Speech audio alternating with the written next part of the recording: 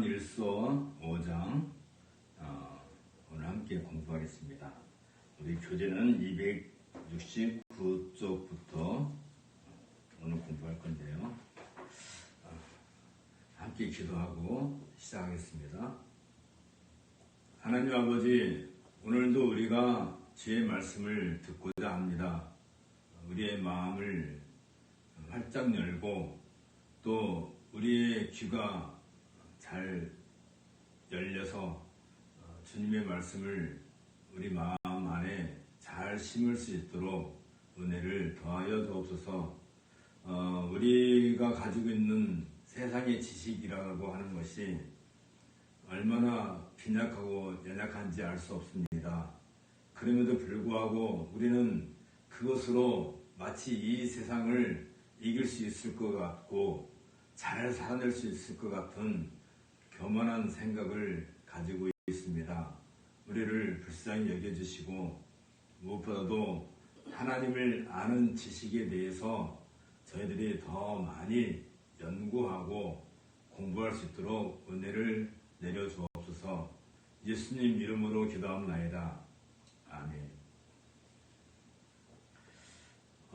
오늘 우리가 요한일서 5장을 가지고 공부할 주제는 하나님의 아들에 대한 믿음, 그 믿음이 우리에게 주는 유익에 대해서.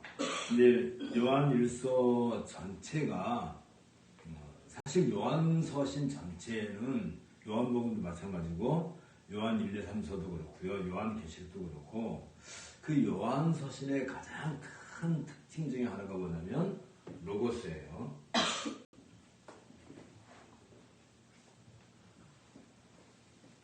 다시 말하면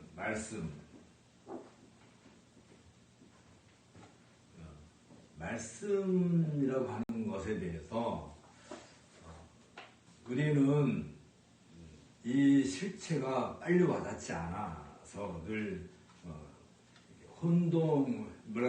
참 굉장히 막연하죠. 말씀이라고 하는 게 예수 그리스도가, 이 로고스이신 그 예수 그리스도가, 우리가 예수 그리스도라고 할 때는 성육신을 항상 염두에 둔다고 그랬죠. 성육신. 말씀이 육신을 입고 오신 분이 예수 그리스도다 할 때, 이 로고스는 곧 하나님.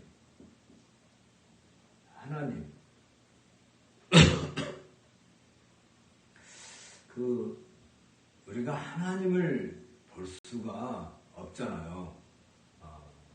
하나님을 볼 수 없다고 하니까 마치 우리하고 굉장히 멀리 떨어져 있다는 게 아니라, 그 하나님께서 자신을 가장 완전하게, 하나님이 하나님이신 것을 가장 완전하게 우리에게 보여주시는 것이 바로 이 로고스이신 그리스도께서, 성자께서, 특히 이제 성자라고 해야 되겠죠. 성자께서 육신을 입고 오신 분이 예수 그리스도다 할 때, 이건 사실 하나님은 불가시죠. 보이지 않죠.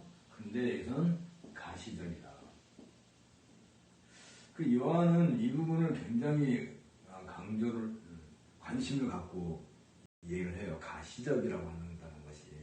그래서 직접 눈으로 보고, 손으로 만지고, 귀로 듣고, 함께 밥을 먹고, 잠을 자고, 함께 걷고, 그 모든 것을 실제로 하나님과 동행을 하는 거죠.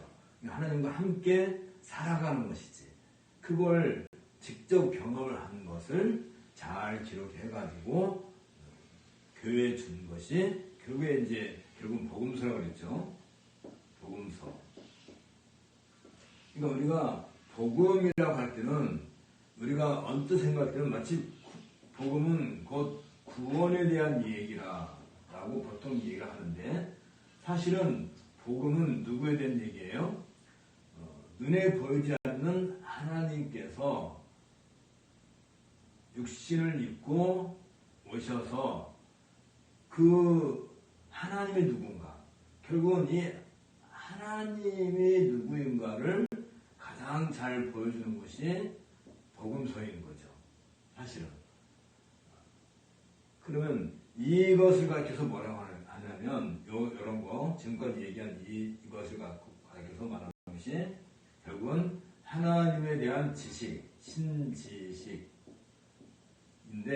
특히 이 하나님에 대한 것은 누구를 통해서만 알아요?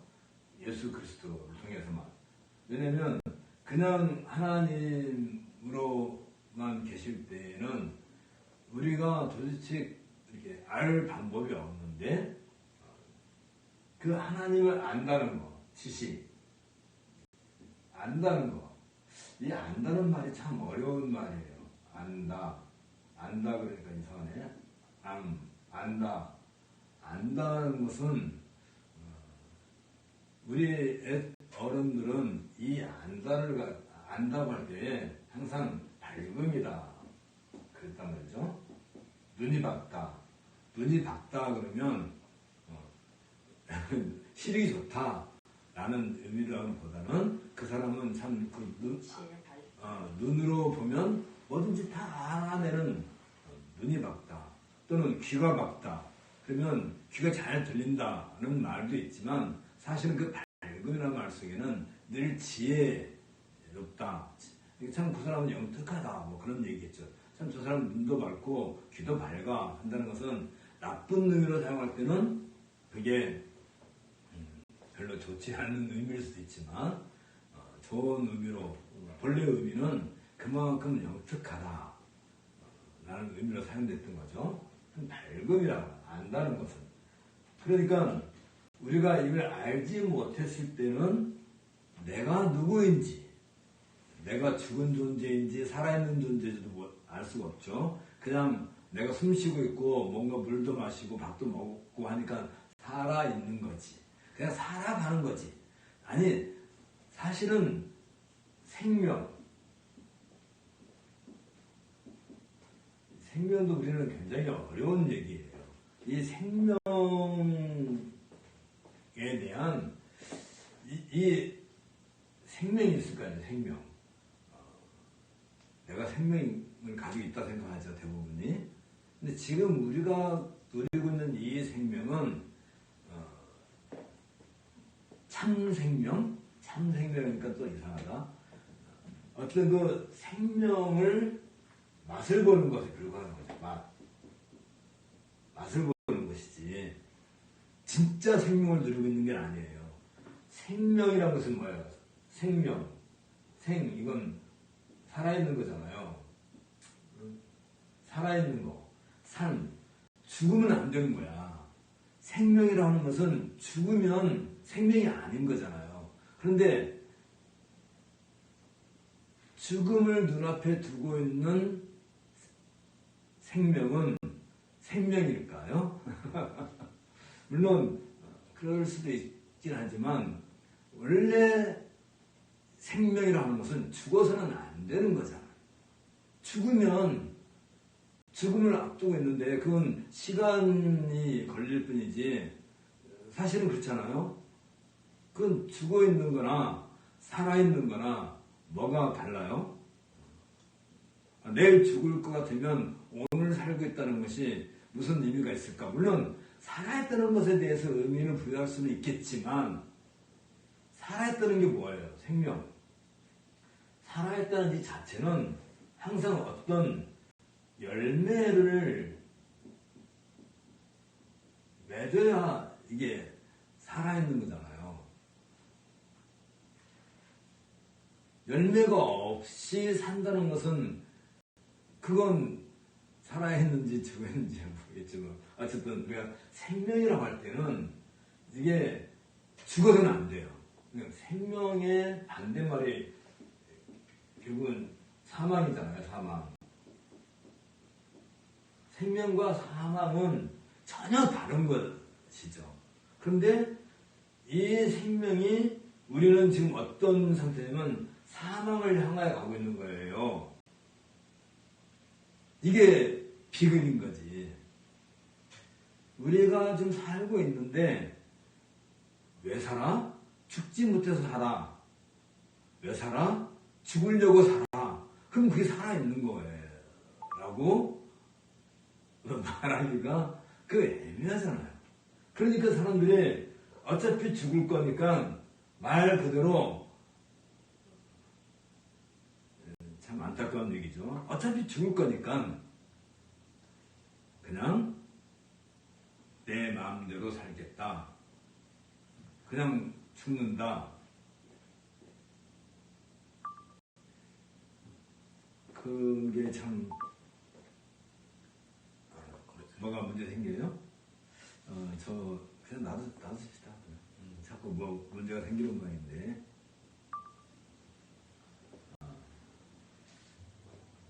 그러니까 참 생명은 결국은 하나님에게서 온 거고 하나님만이 참 생명이 되는 거죠.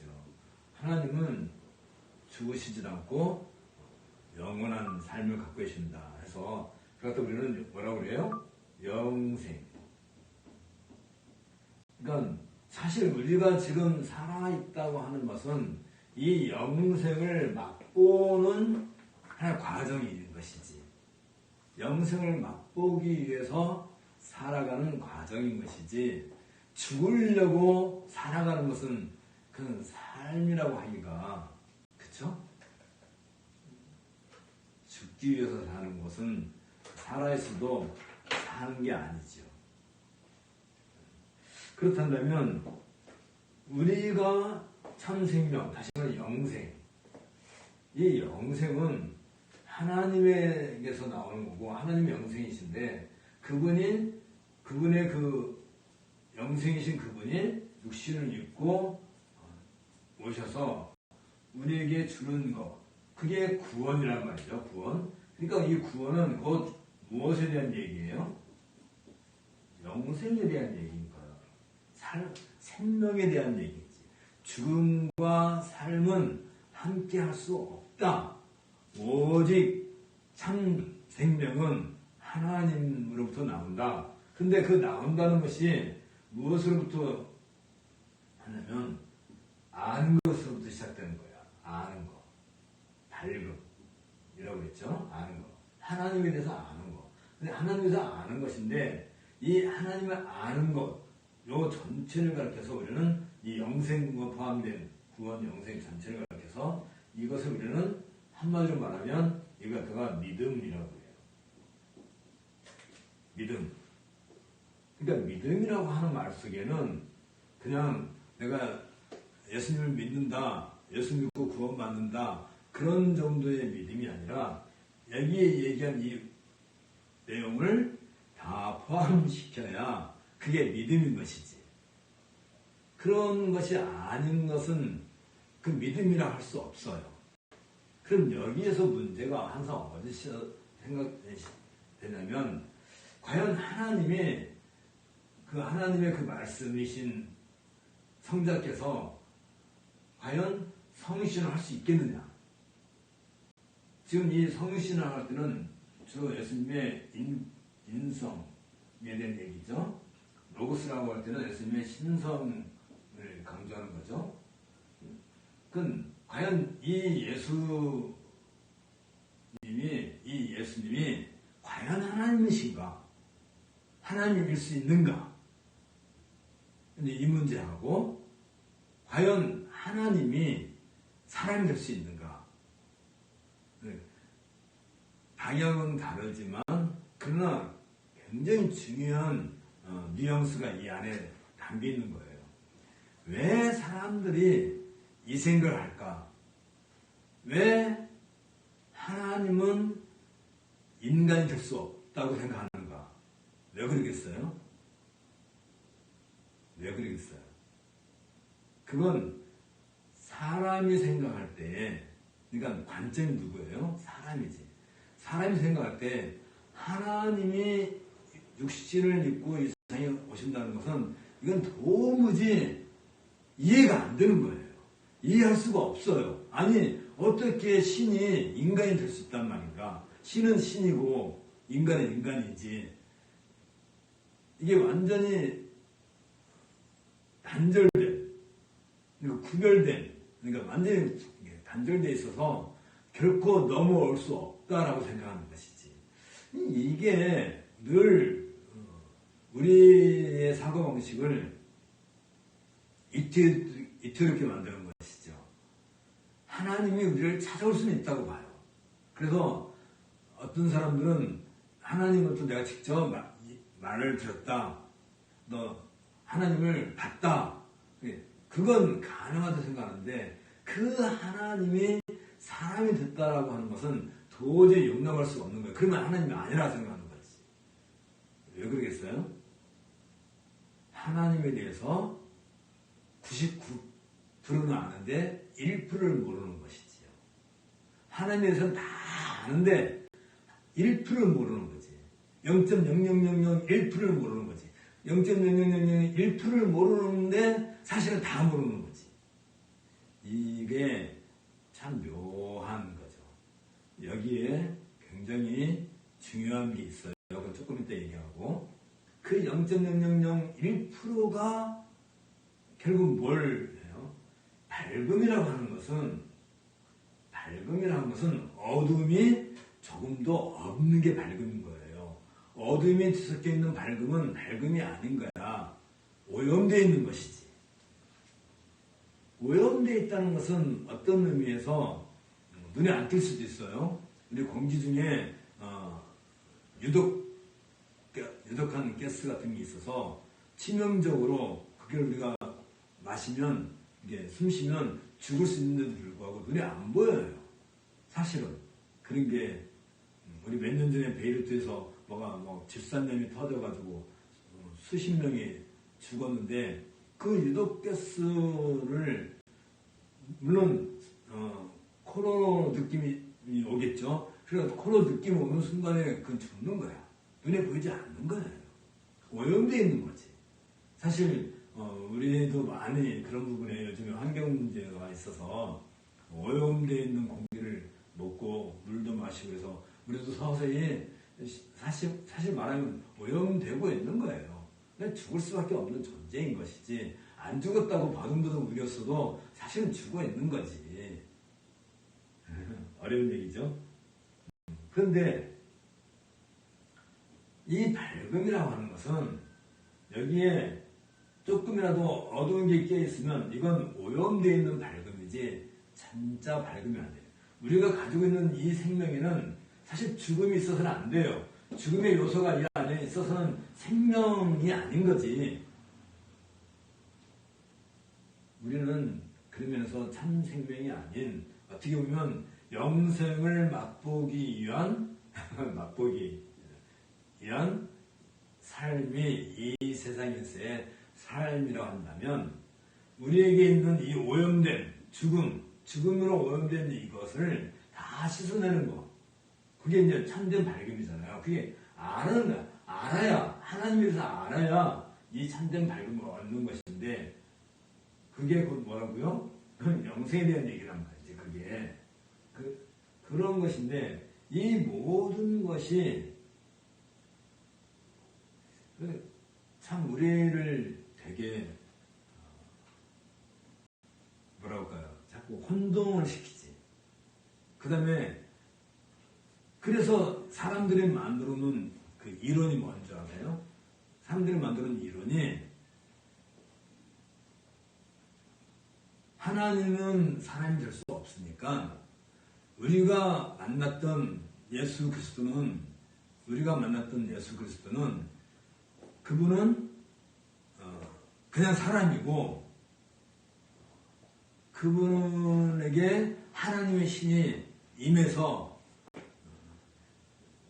우리가 그 무당이라든지 그런 사람들한테 신이 임했다는 것처럼 그리스도라고 하는 그 예수라고 하는 그 사람에게 이건 신이 아니에요. 그냥 사람에게 하나님의 영이 더 씌워진 거지. 하나님이 한마디로 말하면 귀신 들린 거지. 어떻게 보면 그렇죠? 귀신 들렸다는 게 뭐예요? 내가 사람인데 내가 귀신 들리면 나는 그 귀신의 지배를 받고 사는 거잖아요. 그래서 말도 엉뚱한 소리를 하고 행동도 엉뚱한 행동을 하고 귀신의 지배를 받고 사는 거지. 그러다가 예수님이 이제 십자가 못 박혀 죽을 때는 그때는 하나님의 신이 떠나고 왜냐하면 신은 죽을 수 없다고 생각하잖아요. 하나님의 영은 떠나고 인간 예수만 죽었다라고 그렇게 사람들은 합리적인 사람들 생각에 합리적인 방식으로 이해를 하려고 하는 것이고 그걸 가지고 교회에 들어와서 사람들을 미혹하는 거란 말이죠. 그게 요한 사도가 얘기한 거짓 선지자. 여기에서 우리가 잊지 말아야 될 거, 아까 얘기한 거 0.0001% 이게 뭐냐 하면 이게 바울 사도가 얘기하는 것처럼 하나님께서 택한 백성과 택하지 않은 백성 차이가 바로 그거예요. 그러니까 하나님께서 미리 아신 자 된 사람들, 다시 말하면 하나님께서 이미 우리의 이름을 부르시고 너는 내 것이다, 너는 내 아들이다, 너는 내 자녀다, 너는 내 백성이다, 내가 너를 불렀다 라고 해서 하나님이 미리 아신 자들에게는 그 하나님을 모르는 사람들에 비해서 하나님 모르는 사람들과 하나님을 아는 사람 사이에는 0.0001%가 작용을 하는 거예요. 이게 클 수도 있어요. 그게 전부일 수도 있어요, 사실은. 그러니까 하나님께서 택하지 않은 사람일지라도 99.999%까지는 하나님에 대해서 알 수는 있어요. 왜? 알 수 있게끔 하나님께서 세상 역사를 통해서 이 예수 그리스도가 성육신하셨다는 사실 자체가 이건 역사적 사건이잖아요. 역사적 사실이지. 그러니까 성경책을 열심히 연구하고 또 그 당시 문헌을 열심히 연구하고 그동안 예수 그리스도에 대해서 이게 얼마나 많은 책들이 나와 있어요. 논문도 나와 있고 그걸 열심히 연구하다 보면 하나님에 대해서 알 수는 있어요. 내가 하나님을 아는 것과 하나님이 나를 아시는 것은 전혀 다른 얘기인 거지. 사람들은 내가 하나님을 알면 하나님도 나를 아실 거라고 착각을 하고 사는 거지. 과연 그럴까? 하나님이 나를 알아주셔야 이게 그렇잖아요. 내가 하나님을 아무리 안다라고 주장을 하는데 그리고 사실 그 사람들 얘기 속에 정말로 하나님에 대해서 안다고 하는 그 얘기가 거의 맞아요. 다르지 않아요. 우리가 얘기하는 거고 크게 다르지 않아요. 아주 조금 달라요. 그래서 이단이라고 그러잖아요. 다 똑같은데 끝머리만 달라. 그게 이단인 거잖아요. 그러니까 그 사람들이 하는 얘기도 들어보면 진짜 들을 게 있고 맞아.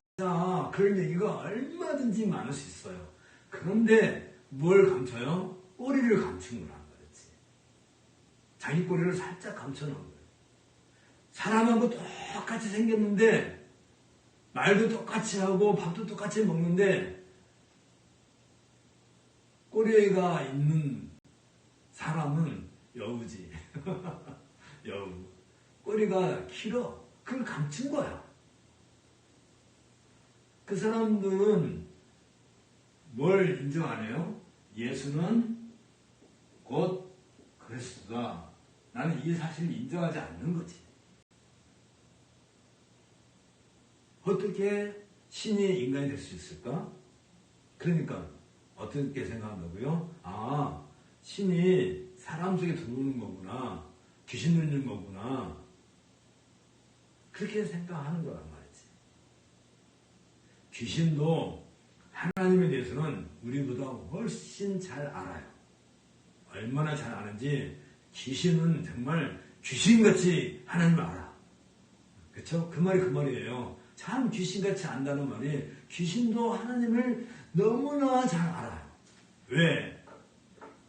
이 세상을 창조하기 전부터 하나님을 아는 존재가 귀신이란 말이에요.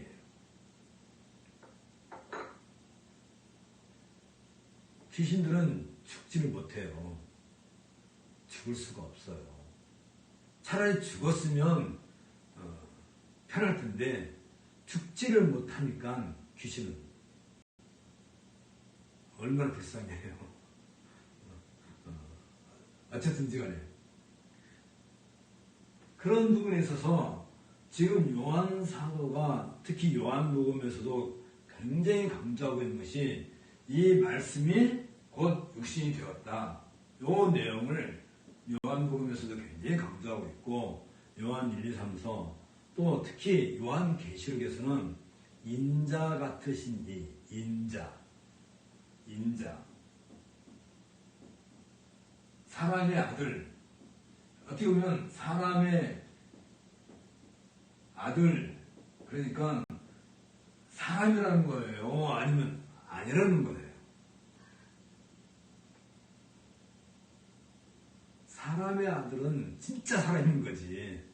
그쵸?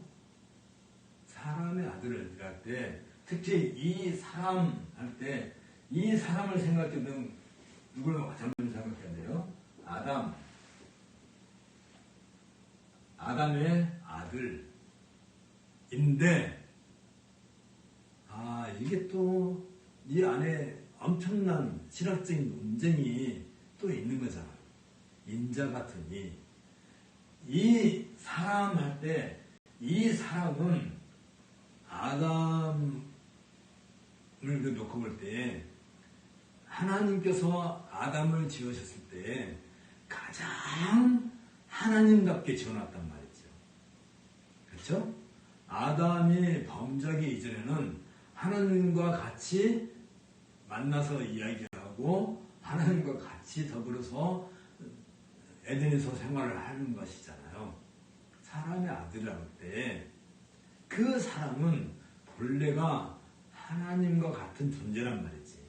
그래서 시편 기자가 말할 때 우리를 지으셨을 때 천사보다 조금 못하게 지었다라고 시편에서 얘기하지만 사실 그때 천사는 이 구약에서는 하나님의 이름을 부를 수가 없잖아요.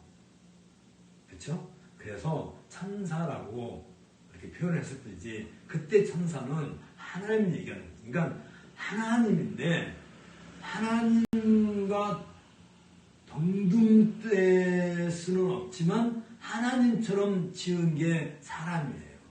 사람. 그러니까 어쨌든 그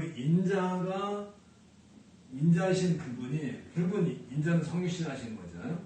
성육신 하신 그분이 곧 누구라고요? 그분이 로고스이시다. 태초에 말씀이 하나님과 함께 계시니라 라고 할 때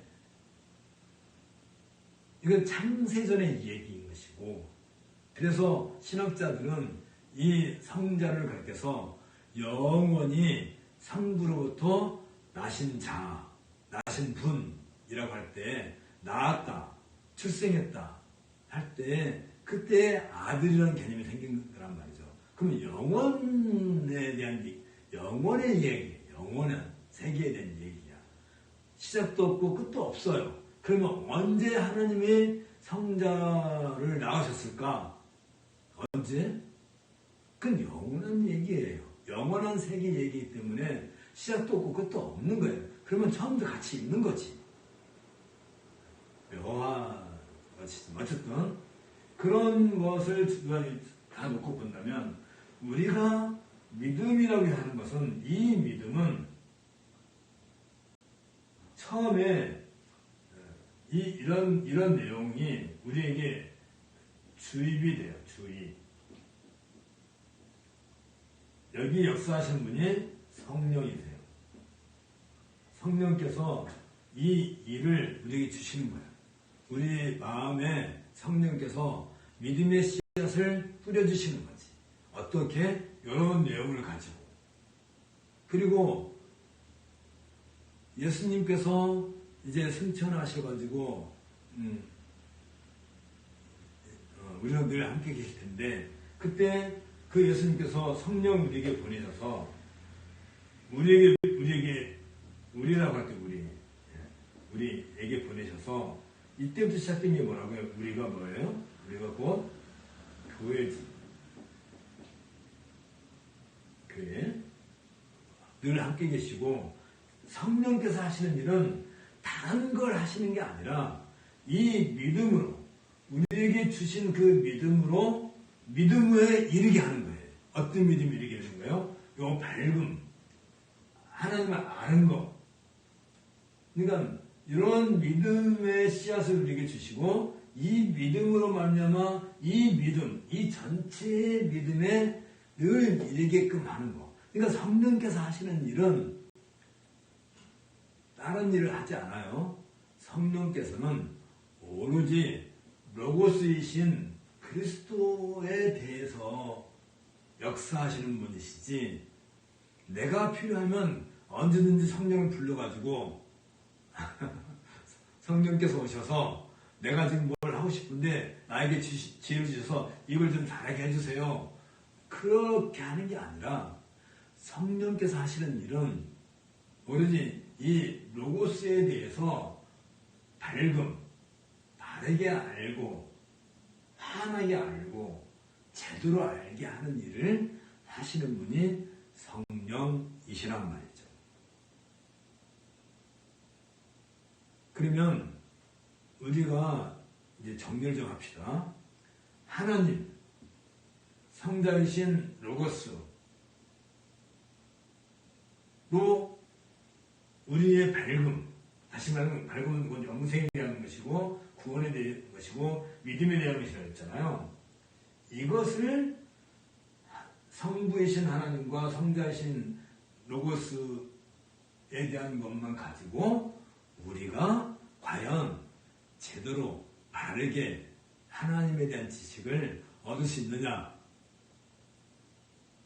하면 절대 아니오시다죠. 거기에 누가 늘 함께 하셔야 돼요? 성령께서.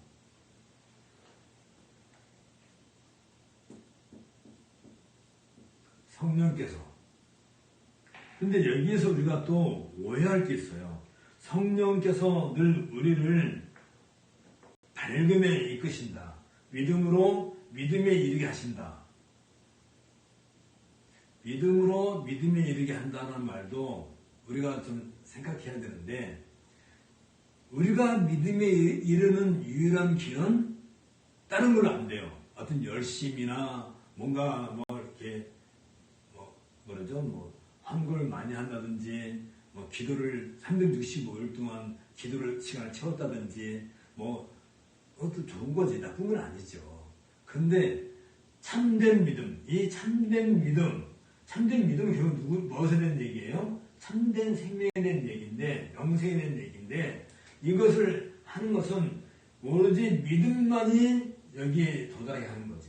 그러니까 믿음으로 믿음에 이른다 한다는 것은 거기에 믿음 외에 그 어떤 것도 용납하지 않는다는 거예요.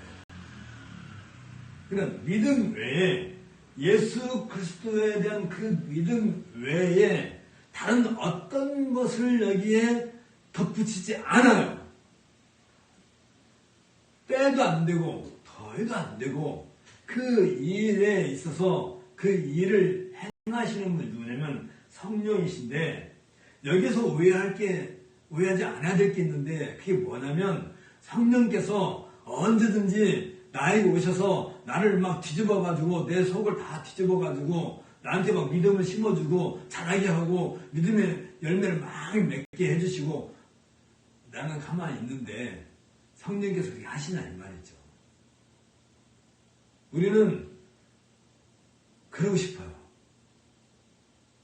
나는 좀 제발 그냥 좀 가만히 있고 성령께서 와서 알아서 다 해주시고, 요즘에 그 자율주행 뭐 자동차가 등장을 해가지고 이제 차 뭐 시동킬 때도 뭐 이제 이름을 붙이죠. 차에도 내가 좋아하는 어떤 애명을 붙여가지고, 예를 들면 뭐 세리야, 우리 어디 갈까? 어디 가자 라고 하면 yes sir 알겠습니다 하고 시동을 탁 켜주고 그 내비게이션을 다 작동해가지고, 다 이 컴퓨터가 하는 거예요. 사람이 하는 게 아니라.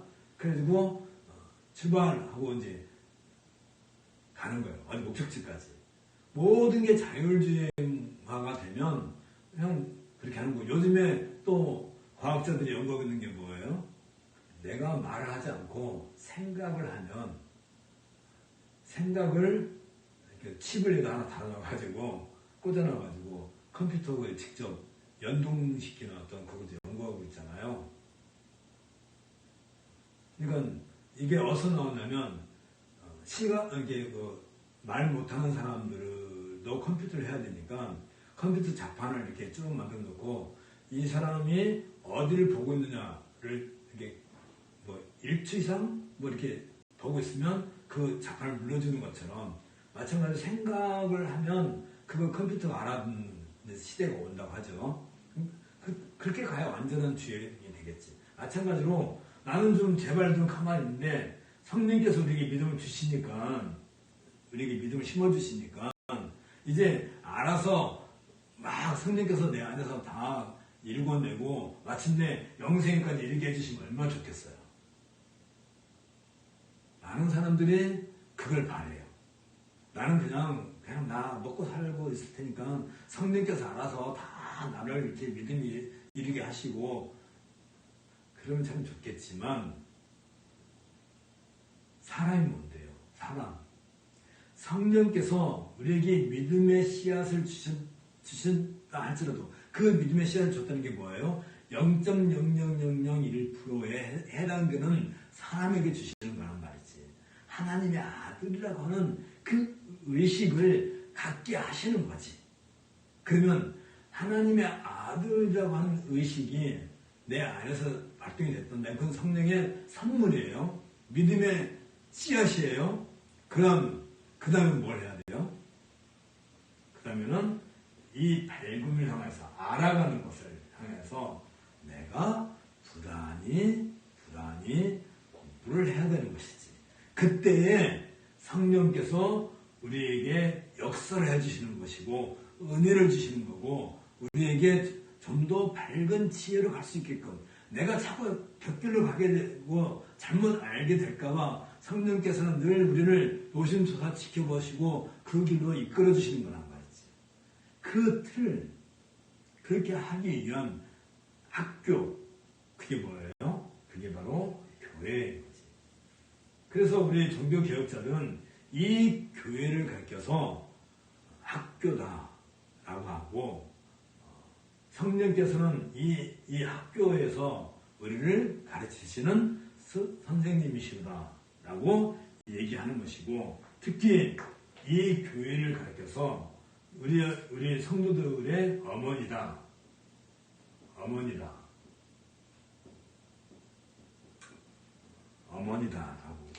그래서 이 교회가 우리들의 어머니예요. 우리 성도들에게 어머니가 된 거예요. 어머니가 하는 게 뭐예요? 젖 먹이고, 그 다음에 잠재우고, 씻어주고, 키우는 일을 하는 거잖아. 장성하게 이르게 하는 것이잖아요. 그 교회를 통해서 하시는 거예요. 그러니까 성령은 곧 교회인데, 이 교회에서 일을 하시는 분이신데, 오로지 무엇과 관련돼서? 말씀을 통해서만 성령께서 우리에게 역사해 주시는 것이고, 그래서 이런 신학적인 배경 아래 이제 요한이 하는 얘기는, 결정적인 얘기는 딱 한마디로 요약한다면 269페이지 드디어 이제 본론으로 들어가게 됩니다. 그러니까 이런 이야기가 없이 하나님에 대해서, 예수 그리스도에 대해서, 또 성령에 대해서 이야기한다는 것은 그건 이단이나 같아요. 꼬리를 감추고 있는 거야. 그 꼬리가 뭔지 아세요? 결국은 사람의 욕심인 거지. 자, 잘 보십시다. 269페이지. 사도들이 교회에 전한 공동체의 믿음. 믿음이 바로 이 믿음인 거예요. 여기 교회를 떠나서는 이 믿음이 있을 수가 없어요. 그러니까 사도들이 교회에 전해준 그 공동의 믿음. 그러니까 나만의 믿음이 없어요. 나 혼자만의 하나님을 아는 거 있을 수 없어요. 교회가 함께 아는 거지. 거기에 내가 포함되는 것이지. 그러니까 나 혼자만 하나님을 알 수 있는 방법은 도무지 없어요. 교회를 통하지 않고서는 하나님을 알 방법이 없는 거고. 왜냐하면 성령께서는 교회를 통해서 우리를 키워주시니까 그 믿음에 귀를 기울이는 것, 그것이 곧 믿음인 거예요. 그렇죠? 그러니까 성령께서 우리에게 역사하시는 그 모든 믿음의 그 근거, 그것은 사도로부터 주어지는 것인데 그 믿음에 귀를 기울이는 것, 그게 믿음의 시작이고 그 안에서 신자 개개인이 믿음의 귀를 기울인다는 것은 하나님을 아는 것. 이게 첫째예요. 우리가 믿음을 갖고 있는 첫 번째, 내가 믿는다고 할 때 그 첫 번째 요소가 뭐냐면 하나님을 아는 것. 그리고 거기에는 참된 영, 다시 말하면 성령에 의해서 영감받고 있다는 증거가 된다. 그러니까 우리가 이 보편의 믿음이라고 하는 이 교회를 통한 이 믿음을 우리가 거기에 우리가 귀를 기울인다. 귀를 기울이는 발금이라는 것이에요. 발금에 간다는 것은 우리가 하나님을 아는 것, 알아가는 것도 포함되는 거지. 앞으로도 알게 될 것까지 포함해서 하나님을 아는 것과 그리고 성령에 의해서 내가 알고 있다, 알게 되었다라는 것을 포함하고 있다는 얘기예요. 이게 말로는 참 글로 써니까 되게 간단한데 말로 설명하려니까 되게 어렵네요. 그리고 그러니까 첫째는 하나님을 아는 거. 그 다음에 성령에 의해서 우리가 영감을 받고 있다. 성령에 의해서 우리가 그 다음에 중요한 거. 예수님에 대한 신실한 증거를 가진 모든 영은 하나님께 속해 있어야 된다. 이런 것이죠. 그러니까 예수님에 대한 어떤 지식을 얘기할 때 하나님께 속하지 않고서는 그게 이해가 되지 않는 것이지. 다시 말하면 내가 이렇게 하나님을 알고 믿고 영생에 이르게 되는 것은 그건 곧 우리가 누구 안에 있다 그 말이에요. 예수 그리스도 안에 있다는 것이고 우리가 곧 하나님께 속한 자다. 다시 말하면 아까 말한 것은 0.00001%가 우리에게 채워져 있다는 증거가 증거, 증표.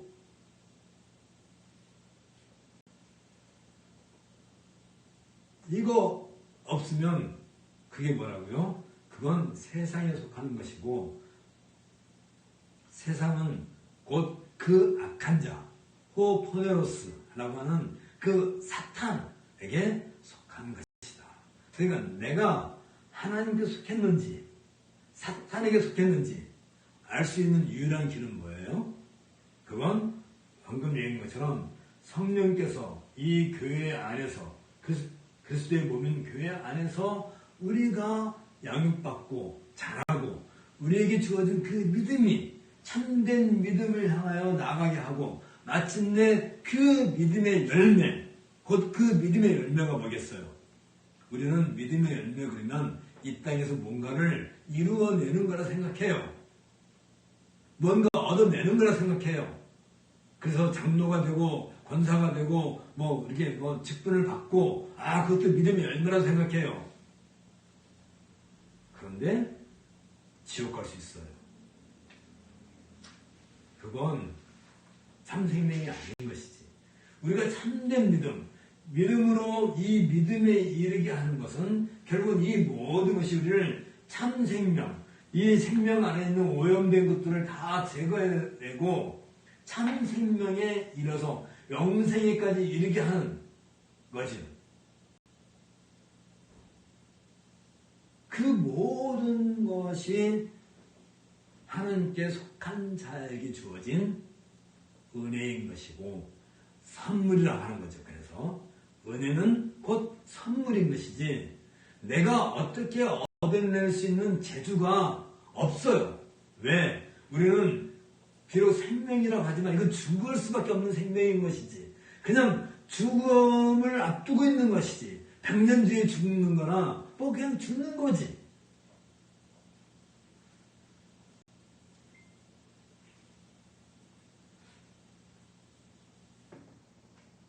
죽음이라는 것이 비참하다는 것은 왜 비참한 줄 아세요?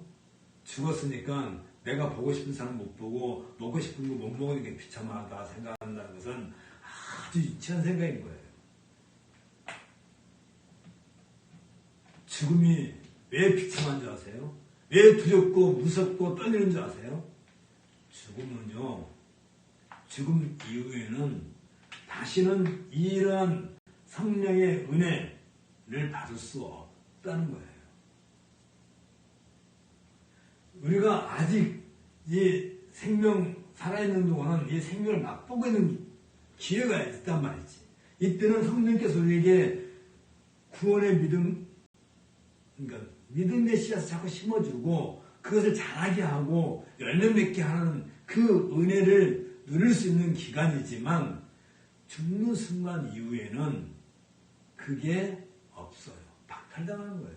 없는 거예요. 예수님께서 아주 노골적으로 말씀하시잖아요. 거지 나사로와 부자 이야기를 통해서 그 사실이에요. 그건 그냥 꾸미는 얘기가 아니고 비유가 아니에요. 그래서 나사로라는 이름을 붙인 거예요. 어떤 거지가 어떤 부잣집 앞에서 이렇게 살았다, 죽었다, 어떻게 됐다, 그건 꾸미는 얘기일 수 있어요. 얼마든지 뭐 동화처럼 이솝우화처럼 그렇게 우리를 교훈하기 위해서 그렇게 만들 수 있어요. 그러나 거기에 실제 한 사람의 이름이 기록되어 있다는 것은 그건 사실이란 말이지. 진짜란 말이지. 이건 그냥 꾸미는 얘기가 아닌 것이에요. 그냥 책 속에 나와 있는 동화가 아닌 거예요. 실제로 역사 속에서 있었단 말이지.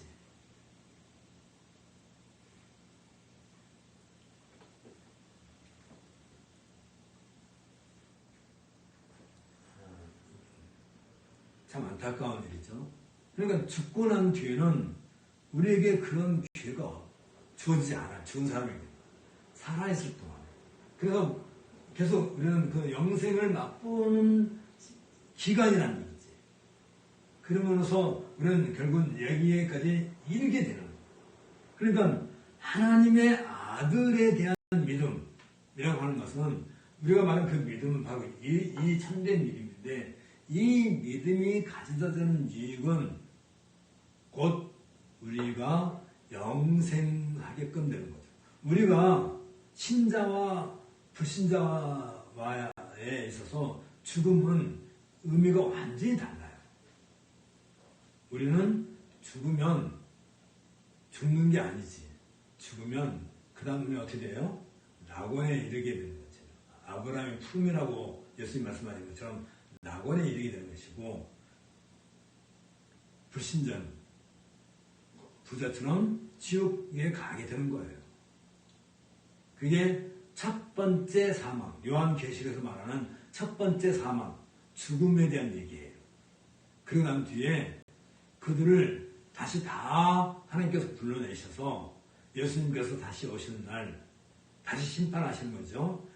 양과 염소를 구별하듯이 좌편과 우편을 다 구별해가지고 그때 이제 백보좌라고 얘기하는데 그러니까 하얗다는 말은 이게 색깔이 하얗다는 게 아니라 빛이라는 빛, 밝은 그 빛 가운데서 임하신 예수님 앞에서 모든 사람들이 다시 한번 심판해서 두 번째 사망이 이르게 되는 것이지. 그때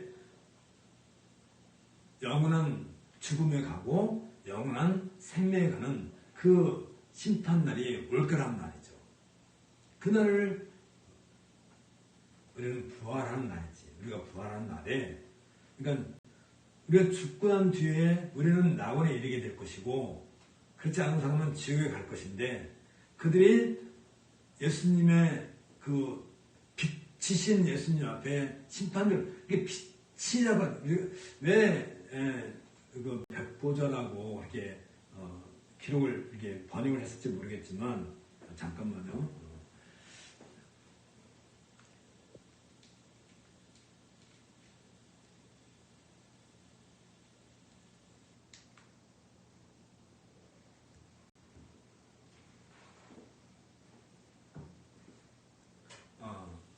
그 밝음, 하얗다 한다는 그 말은 그게 어둠이라는 것은 눈구멍도 있어서는 안 돼요. 그러니까 우리는 이미 그때 완전하게 우리 안에 어둠이라는 것은 죽음의 씨앗이라고 하는 것은 눈구멍도 찾을 수 없게 되는 거지.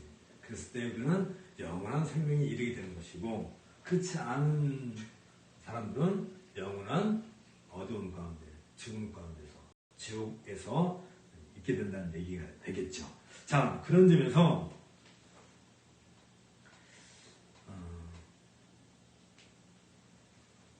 이제 요한은 그렇다 한다면 이 모든 것에서 하나의 예를 드는 거예요. 하나의 예를 들기를 우리가 이 참된 생명에 있고 없고 하는 하나의 예를 든 게 뭐냐면 무엇이라고요? 물론 아까 얘기했어요. 뭐 하나님 빛이다 다 얘기했는데 이것을 하나로 다른 말로 말하면 다른 걸로 표현할 때 하나님은 사랑이시다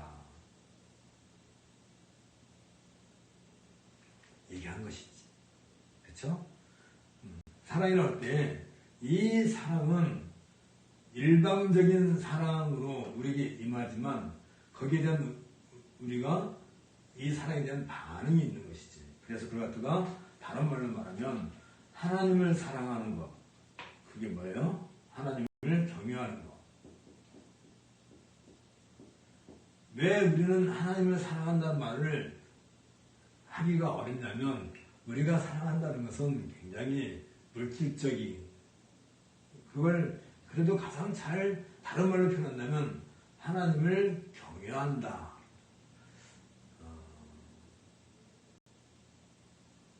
우리 한국말이 되게 좀 애매해요. 우리 한국말은 사랑한다 그러면 약간 이게 뉘앙스가 좀 옛날 어르신들은 사랑한다는 말을 함부로 쓰지 못했어요. 사랑한다는 말을 아무한테나 사랑하지 않았죠. 그리고 특별히 사랑하는 그 맞아요. 남편이나 아내한테는 사랑한다는 말 하기 어려워서 은혜한다 그랬어요. 내가 당신을 은혜하오. 그러니까 이게 참 아름다운 말 같아요. 은혜한다. 사랑한다는 말은 마치 내가 너에게 무엇을 줄 것 같은 그런 느낌을 그 안에 담겨 있는데 사랑한다는 말 자체가. 근데 사랑이라는 말 자체는 그런 게 아니거든요. 나를 완전히 죽이는 거지. 그게 사랑인 것이지. 내가 당신을 위해서 뭔가를 해주는데 너도 나를 위해서 뭔가 해줘야 되지 않느냐. 쉽게 말하면 내가 당신을 위해서 한 달 내돈 뼈 빠지게 고생해가지고 월급 갖다 주면 제발 아침에 일어나서 밥이라도 함께 해달라. 그런 건 사랑이라고 표현할 수 없겠죠. 근데 은혜한다. 덧입는 거지. 내가 사랑을 하는 게 아니라 사실 사랑하는데 사랑을 더 많이 덧입고 있는 것이지. 우리가 하나님을 사랑한다고 할 때 가장 잘 표현할 수 있는 말 중에 하나가 하나님을 경외하는 거다. 경외하는 말은 다른 말로 말하면 말씀에 순종하는 거다. 아이고. 순종.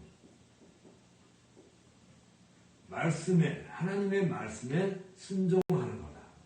라고 같이 얘기하는 거예요. 이게 같은 얘기예요. 지금 요한은. 그러면 지금 우리가 하나님을 경외하고 하나님 말씀 순종하고 하는 것 중에 하나가 나타나는 것 중에 그 중에 한 가지 요한은 예를 든 것이 죄의 고백인 거지. 이때 죄가 뭐라고 그랬어요? 죄는 이걸 모르는 게 죄예요. 하나님에 대한 지식에서 눈곱만 필요도 모자라면 그게 죄란 말이죠. 그래서 이 죄라는 말을 성경에서는 다른 말로 말할 때 어떤 말을 쓰냐면 빚진다 하는 말을 사용하는 거예요. 빚을 졌다는 거예요. 빚 졌다는 게 뭐예요? 뭔가 해야 될 게 있는 거지. 그래서 제가 언제도 한번 우리가 사도행전 공부할 때인가 한번 얘기했는데 이 빚을 탕감해주는 탕감해준다고 그랬죠. 탕감. 우리가 빚을 짊어지고 있는데 어떤 빚을 짊어진 거예요? 하나님께 100만 원 빚을 졌다는 게 아니라 하나님을 아는 데 있어서 우리가 부족하다는 거예요. 알아야 될 것을 알지 못하고 있는 거예요. 그게 부족한 거예요. 그걸 채워주는 거예요. 탕감해주는 거예요. 뭘 탕감해줬어요? 하나님을 알지 못하는 죄에 대해서 탕감을 받은 것이지.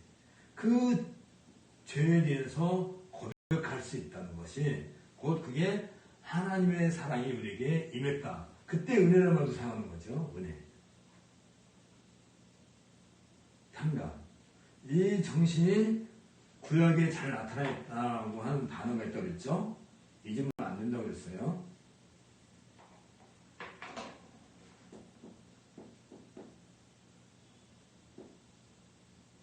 이렇게 해서 고엘. 이게 하나 더 들어가던가? 나도 헷갈리네. 자고 안 맞췄던. 고엘. 이 고엘 정신이 가장 잘 나타내는 것이 룻기서에 나와 있는 것처럼 기업 물음이라고 하는 거죠. 그러니까 우리의 빚을 탕감해 주신. 그러니까 예수님은 우리에게 고엘이시란 말이에요. 이 고엘이라는 말 자체가 구원이라는 뜻이에요. 구원. 이 구원이라는 말은 바로 그런 얘기란 말이죠. 하나님을 아는 데 있어서 우리가 부족한 것을 그걸 심판하지 않고 우리의 죄를 용서해 주시는 거지. 그걸 용서해 주는 탕감받게 해주시는 거죠.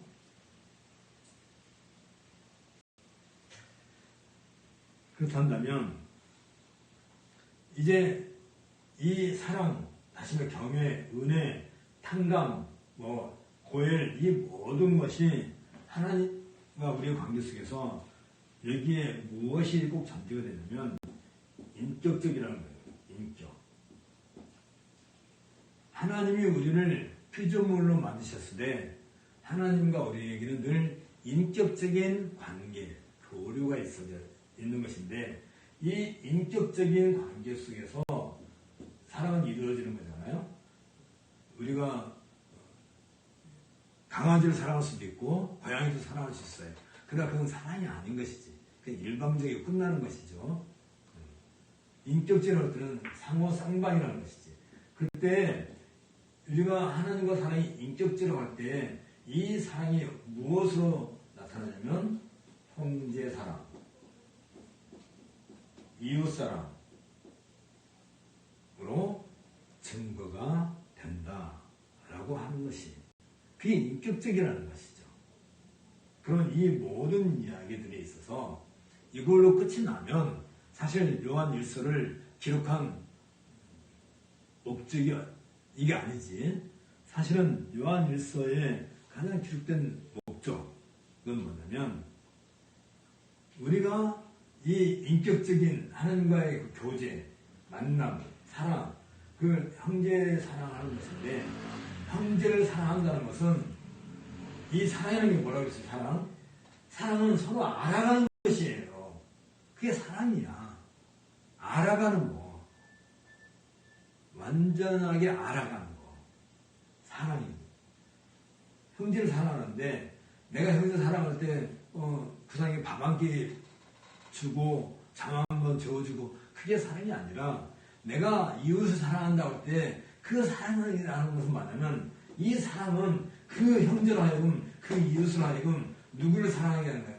나를 통해서 하나님과 사랑하게 하는 것이고 하나님을 사랑한다는 거 하나님을 알아가게 하는 거예요. 그러니까 우리가 형제를 사랑해야 된다. 형제를 사랑하라. 그러면 굉장히 막 마음이 부담이 돼요. 나는 저 사람 사랑하고 싶은 게 없는데 난 저 사람 정말 꼴도 보기 싫은데 난 저 사람이랑 같이 있는 거 정말 그냥 짜증이 나고 그러는데 나 정말 그냥 막 속에서 막 그냥 열이 막 나. 근데 사랑하라고 원수를 사랑하라고 도대체 성경은 나한테 왜 이렇게 감당할 수 없는 그 짐을 근데 사랑이라는 것은 하나님을 알게 하는 거예요. 그 사람이 하나님을 내가 하나님을 알아가는 것처럼 그 하나님을 알아가는 게 뭐라고 해요? 경외한다 그랬죠. 하나님 말씀에 순종하는 거라고 했죠. 마찬가지로 내 형제, 내 이웃이 나를 통해서 하나님을 알아가게 하는 것이 그게 참 사랑인 거지. 그렇죠? 그러면 내가 어떻게 해야 되겠어요? 형제를 사랑하라 그러니까 날마다 아침마다 가가지고 그 사람 뭐 필요한 게 뭐냐고 막 방도 닦아주고 청소해주고 또 뭐 밥을 막 건강히 차려주고 그런 게 사랑이 아니라 그런 것은 그냥 해요. 하지 말라는 게 아니에요. 하는데 그걸로 끝이 아니라 나의 그 모습을, 나의 그 낮아지는 모습을 보고서 누굴 알아가라는 거예요? 하나님을 알게 하는 거예요. 그것을 우리 예수님께서 그렇게 하셨단 말이에요. 예수님도 그렇게 하셨단 말이에요. 어떻게 하신지 아세요? 예수님이 스스로 허리에 띠를 묶으시고 물을 담아갖고 와서 제자들의 발을 씻길 때 양반 자세로 앉아갖고 발을 씻어 아니면 아마 무릎을 꿇지 않았을까. 그렇죠? 다른 사람 발을 씻겨주는데 너는 무릎 꿇지 않고 할 수 있겠지만 몸을 낮춰야 되잖아요. 허리를 숙여야 되잖아요. 고개를 숙여야 되잖아요. 하나님이신 그분이 사람의 발을 씻기기 위해서 허리를 굽이고 고개를 숙이는 거예요.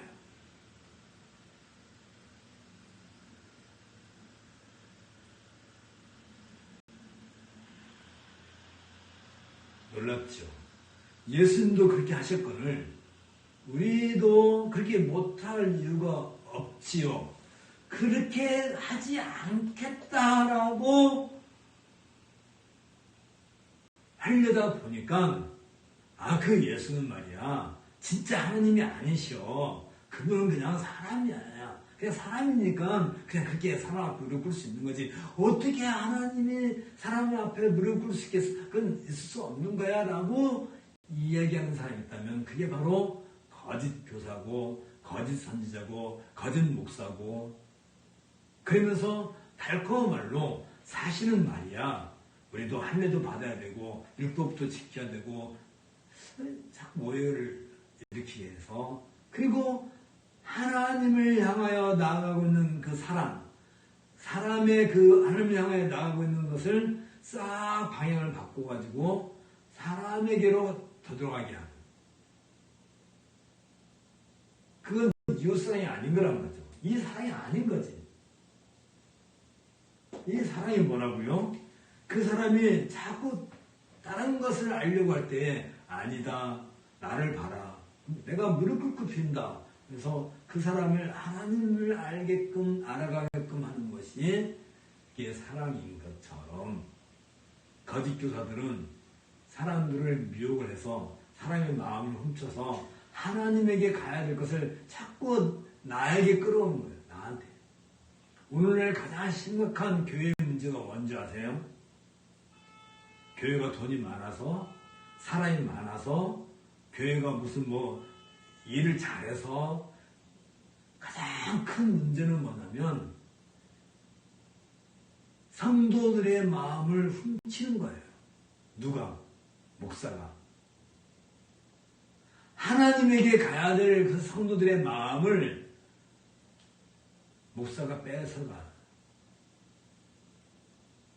그래서 성도들이 설교를 듣고 예배하고 난 뒤에 오늘 내가 하나님을 만났어. 내가 오늘 하나님께 정말 나의 작은 것이지만 하나님과 기쁨의 경배를 나누고 하나님을 즐거워할 수 있었어. 사람의 제일 된 목적이 뭐라고 그랬어요?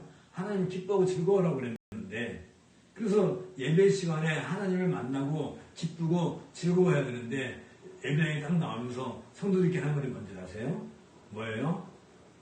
김집사 오늘 목사님 설교 참 재밌었어. 참 은혜로웠지? 어쩜 그렇게 나한테 딱 맞는 말씀을 해주신지 모르겠어.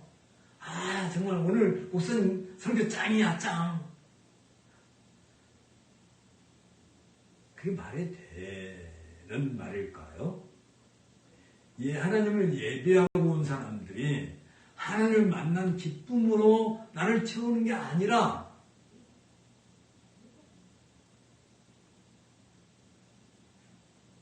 엉뚱한 오늘 목사님 설교가 좋았네. 내 마음에 들었네. 또 반대로 말이야 오늘 왜 그 목사님이 나한테 그렇게 내 가슴을 칵칵 찌르는 소리를 하지? 어떻게 누가 김집사 당신이 내 사정 목사님이 다 꽈바쳤지 일러 바쳤지 어떻게 내 사정을 알고 나를 그렇게 콕 찍어서 내 가슴을 도려내지? 왜 그러지? 그런 얘기가 왜 예배하고 난 다음에 그런 얘기가 왜 나오냐고요. 하나님을 만나는 그 기쁨으로 가득 차야 될 그 시간에 왜 엉뚱한 데다가 내 관심을 쏟아가지고 시간을 생명을 낭비해야 한다 이 말이죠. 그래서 결국은 하나님을 사랑하는 것은 인자로 오신 예수 그리스도를 사랑하는 것이고 우리는 예수 그리스도 외에는 하나님을 알 수 있는 다른 길이 없는 거고 그게 믿음이에요. 그 믿음으로 말미암아 믿음에 이르게 한다. 그러니까 우리나라 말에 이게 참 믿음으로 믿음에 이르게 한다. 사랑으로 사랑에 이르게 한다. 할 때 그때 의로라고 하는 이 말에는 오직이라는 오직 믿음으로만 오직 사랑으로만 그러니까 믿음으로 믿음이 이른다. 사랑으로 사랑이 이른다. 빛으로 빛이 이른다. 그럼 어둠밖에 갈 게 없는 거예요. 믿음은 믿음으로 갈 수 없는 거고 사랑은 사랑으로만 갈 수 있는 것이지. 사랑이 미움으로 갈 수 없는 거예요. 은혜는 은혜로만 가는 거지. 은혜 말고 다른 말이 뭐가 있어요? 은혜 반대말이 뭐예요? 그런 것처럼 그랬을 때에 사랑은 제가 여러 가지 단어를 많이 했는데 여기 있는 단어를 다 한마디로 말하면 사랑은 사랑.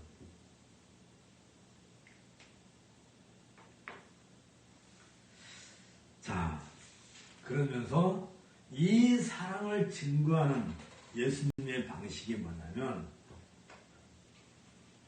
예수님께서 이 사랑을 증거하시는데 어떻게 했다고요?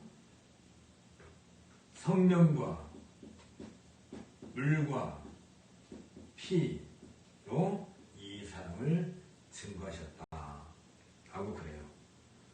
물, 이건 예수님께서 세례를 받으셨죠. 피, 예수님께서 십자가에서 피를 흘리셨죠. 죽음.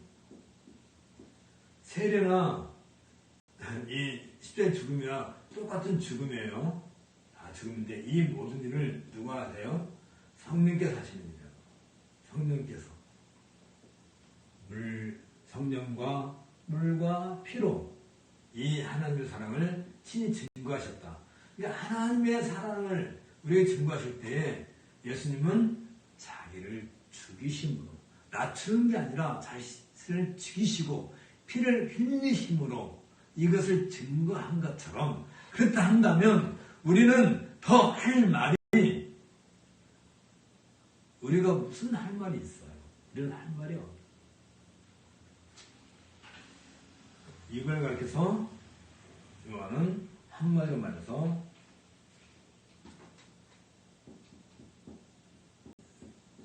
생명의 말씀이다 할 때 이 생명이 뭐라고요? 생명? 이 생명?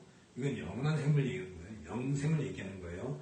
절대 죽지 않고 죽을 수 없고 바뀌지 않고 어둠이 없고 하나님에 대해서 모르는 게 없는 거지. 그래서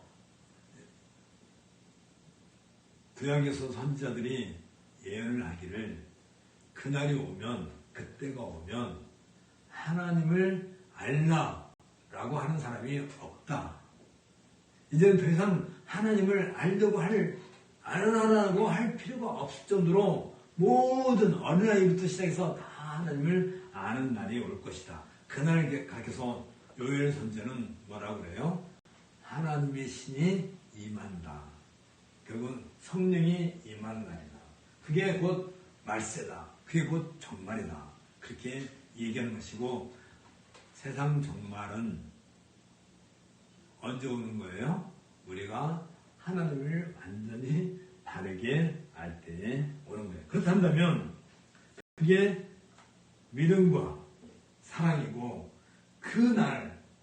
그날을 우리는 기다리고 사는 것이죠. 생명의 말씀이 이미 우리에게 와서 우리에게 생명의 말씀이 왔기 때문에 우리는 생명의 말씀으로만 갈 수밖에 없어요. 오직 그게 믿음인데 그걸 우리는 바라면서 사는 것인데 그게 뭐라고요? 이제 지울게요. 결국은 이 믿음, 여기 다 믿음이라고 했죠. 믿음. 아까 써놨었는데 믿음, 사랑, 이것을 우리가 종말의 날까지 바라보고 살아가는 것다가 뭐라고 하냐면 그걸 갖다가 소망이라 한다. 그러니까 우리의 소망은 남북통일이라는 뭐 그런 얘기가 아니라 우리의 소망은 내가 믿음으로 믿음에 이르게 하고 그 성령과 물과 피로 증거하신 그 사랑을 내가 누리고 그리고 마침내 그게 다 뭐라고 그랬죠? 구원 아까 지웠네. 밝음 아는 것 결국은 하나님을 보는 거예요. 결국은 볼 수 없는 것을 이제 하나님을 보게 되는 거지. 직접 하나님을 만나.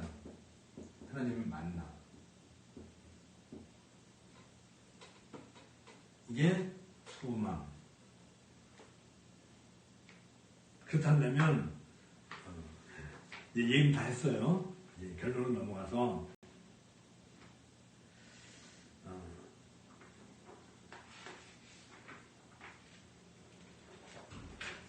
279페이지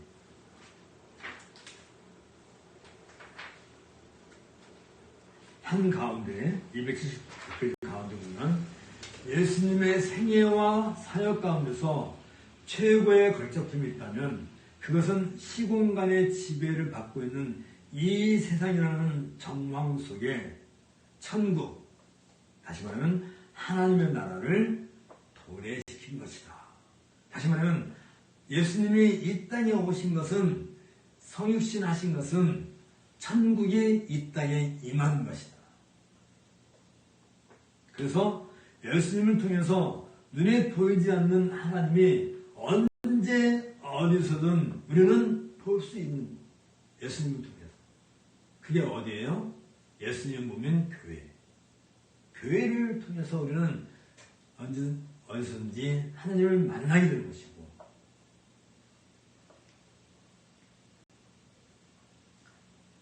예수님은 인간을 향한 온갖 적대적인 세력들을, 이를테면 죄, 질병, 나아가서 죽음 그 자체에 대해서 자신의 주권을 행사하심으로써 예수님을 통하여 눈으로 볼 수 없는 세계, 곧 장차 도래할 시대의 세력들의 모습을 드러나게 하셨다. 뭐를 드러나게 해요? 영생.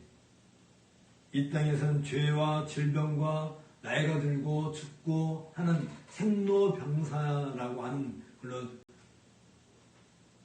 추정이 되겠지만, 예수님께서 오시는 것은 그 모든 것을 극복하고 거기에 뭘 심으신다고요? 영생.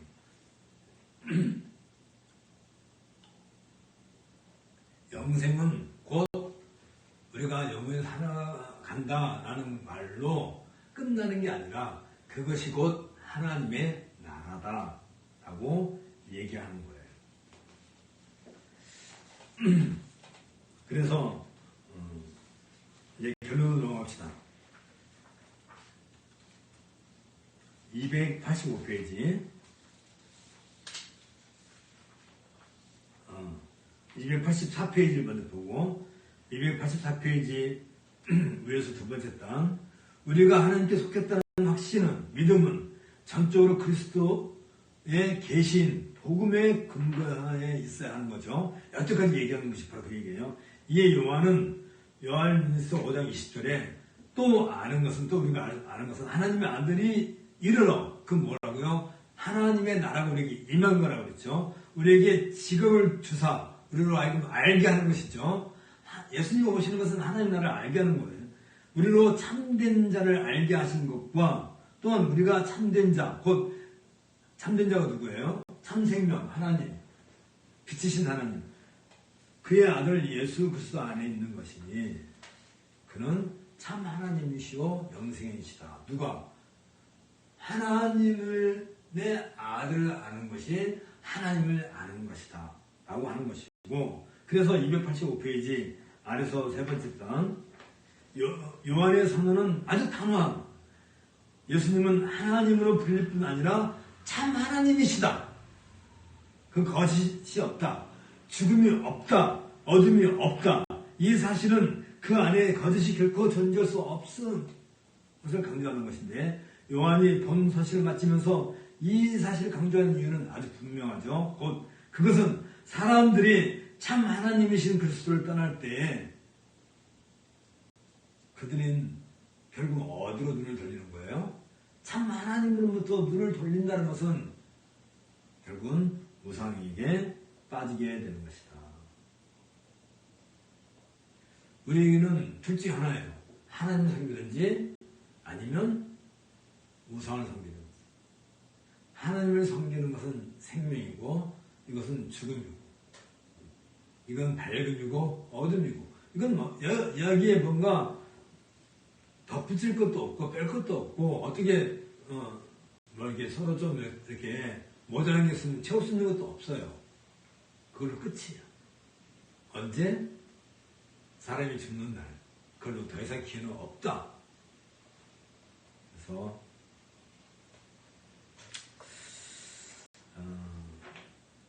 우리가 여기 제일 밑에 단에 우리의 적은 여전히 마귀가 불러넣어주고 있는 거짓된 교훈, 잘못된 교훈들이 우리를 늘 흔들림 없이 그럼에도 불구하고 담대할 수 있는데 자신이 영생을 소유하고 있음을 우리는 확신하고 믿음이죠. 믿음으로 있기 때문인데 생명을 주시는 복음의 빛은 사방으로 그 찬란한 빛을 발하여 어둠을 맺혔을 뿐만 아니라 경건한 사람들의 마음속에서 모든 의심의 구름을 몰아낸다. 우리가 이제 우리 마음이 좀 답답하고 어두울 때 그냥 구름이 꽉 찬 것 같죠.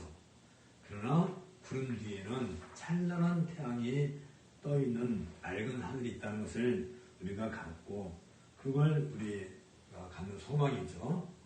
정말의 그날에 이르기까지 지금 우리가 비록 비바람을 맞고 있고 어두움 가운데 감춰져 있는 것 같고 힘들죠.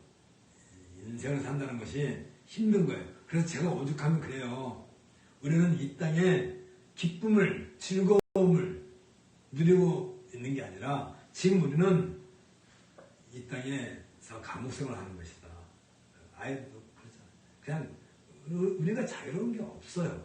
그냥 자야 되고 먹어야 되고 또 일해야 되고 그러나 우리에게는 무엇이 있어요? 소망이. 그렇다면 기꺼이 이 얼마 남아있지 않은 이 세상의 삶이 우리가 살면 얼마 더 살겠어요? 앞으로 기껏 하면 한 50년 더 살 수 있으려나? 한 50년 살 수도 있지 그거야 100년도 사는데 더 어렵고 힘든 일이 있어도 그 정도는 그냥 웃으면서 사는 거예요. 그냥 그 정도야 여태까지도 그렇게 살아왔는데 그쵸? 어렵고 힘든 일이 많이 있어도 우리에게 뭐가 있다고요? 믿음으로 믿음에 이르게 하는 생명